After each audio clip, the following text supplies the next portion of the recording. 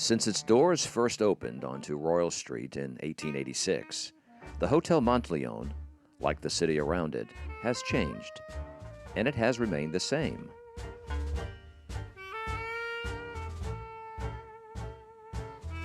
Through expansions, renovations, and redecorations under 5 generations of Monteleones, it is now, as it was then, the very height of the vaunted hospitality of New Orleans. An immigrant from Sicily, Antonio Monteleone worked as a cobbler of fine standing before purchasing the then 64-room hotel on the corner of Royal and Iberville Streets. Originally known as the Commercial, the building was reopened bearing the family name, ensuring the Monteleone legacy and establishing what is now one of the last great family-owned hotels in the country. By the time of his death in 1913, Antonio would be eulogized in the pages of the Daily Picayune as pioneer shoe manufacturer, hotel proprietor, banker, promoter, and a man of affairs generally.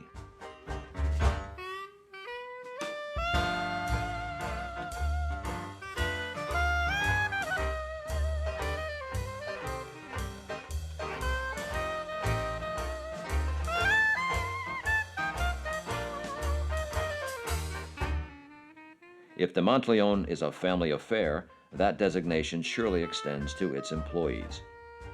Many of the staff have been with the hotel for decades, and the warmth of their hospitality has proved a draw over the years to a storied clientele. A distinguished line of authors particularly have favored the Monteleone, many of them penning the hotel into their stories. Truman Capote even claimed to be born here, a loving untruth. Literary suites named for these writers pay homage to their contribution to American letters. William Faulkner began his career as a writer living nearby in the French Quarter. The Monteleone was known to be Faulkner's favorite hotel, frequently serving as a backdrop in his New Orleans set stories. Tennessee Williams was a regular fixture at the Carousel Bar, enjoying a drink while gathering inspiration for plays like The Rose Tattoo and A Streetcar Named Desire. Anne Rice, Eudora Welty, Ernest Hemingway, Richard Ford, and many others have called this place home, if just for a moment. In point of fact, the Monteleone is one of only 3 hotels in the nation to be declared a literary landmark. A number of literary events headquartered here keep this history alive. The Tennessee Williams Festival, Pen to Press, and the Pirates Alley Faulkner Society's Words and Music Festival. But neither hospitality nor history alone would serve without the luxury the Monteleone has always offered. At the turn of the 20th century, ceiling fans, in-room radios, and private baths were considered a lavish extravagance. The bar of today's standards is somewhat higher, and it is cleared with the same ease. Indulgent amenities like the rooftop pool or catered event spaces make any visit to the Monteleone memorable, be it a business meeting or a wedding banquet. Within these walls, comfort and leisure are never far away. Guests can shed the stresses of the world in the full-service day spa or fitness room.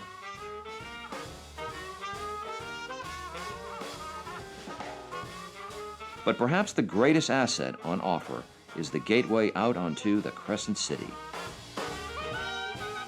It has been said that the French Quarter begins in the lobby of the Hotel Monteleone.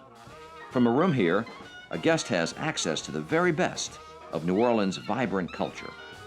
Royal Street bustles with antique shops and fine art. World-famous restaurants and music clubs are only steps away, all throughout this historic neighborhood.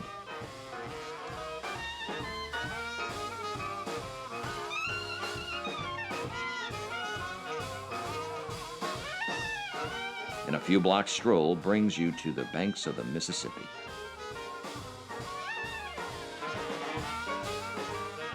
Of course, all that culture just doesn't stay outside. The hotel itself is steeped in the things that make this city great.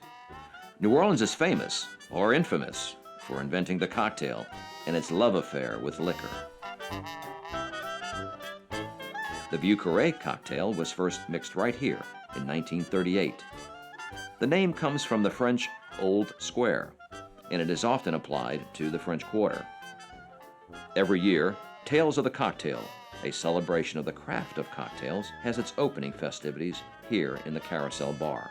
Bearing the rather whimsical distinction of being the city's only rotating bar, the Carousel was first opened in 1949 and has been a favorite destination of drinkers for all the years since.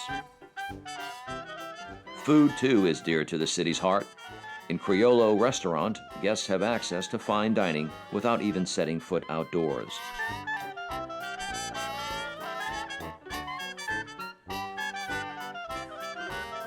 Criollo, Spanish for Creole, refers to the mix of cultures that defines New Orleans cuisine. Flavors from French, Spanish, Caribbean, and African cooking combine with Louisiana ingredients and a modern taste.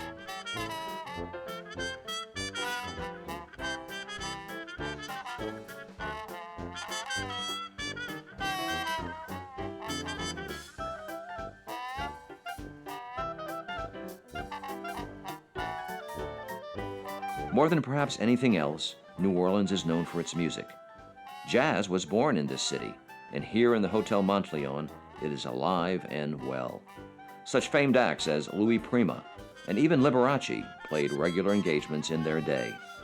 And the talents of New Orleanian musicians are still on display in the Carousel Lounge.